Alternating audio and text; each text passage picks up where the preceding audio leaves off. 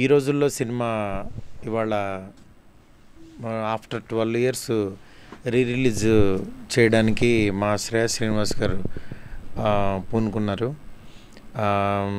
ఈ cinema produce చేసిన SKN scene ఇద్దరు యాక్చువల్గా ఏంటంటే మేము చాలా చిన్న బడ్జెట్ అనుకుని సరదాగా తీసిన సినిమా. అప్పుడు నిజంగా మా లైఫ్లో మార్చి ఒక 12 సంవత్సరాలు ఇంత ఒక మంచి సక్సెస్ఫుల్ జర్నీని కంటిన్యూ చేస్తున్నాము. నిజంగా ఇది చాలామందికి ఇన్స్పిరేషన్గా ఉంటుంది. ఇలాంటి సినిమాని ఒకసారి మళ్ళీ గుర్తు చేస్తే కూడా చాలా బాగుంటుందని తను ఫీల్ అవ్వడం, తన్ని రిలీజ్ చేయడానికి థియేటర్స్కి తీసుకొస్తున్నారు రేపొద్దున. సేమ్ 12 ఏళ్ల క్రితం మార్చి 23rd ఈ సినిమా రిలీజ్ అయింది.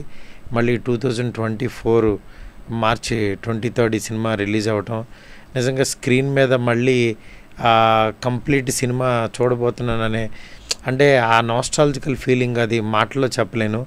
ఎందుకంటే ఫస్ట్ ఇది గోకుల్ థియేటర్లో సినిమా చూసినప్పుడు అప్పుడు ఉన్న హై మామూలుగా కాదు. ఎందుకంటే మా లైఫ్లో టర్న్ అయిపోయింది అక్కడి నుంచి ఆ రోజు నుంచి పని చేస్తూనే ఉన్నాను. నిజంగా ఇప్పుడు ఎంత పెద్ద సినిమా తీస్తున్నా ఈ రోజుల్లో అప్పుడు అది ఇచ్చిన ఆ స్వీట్ మెమరీ కానీ అది మాటలో చెప్పలేను.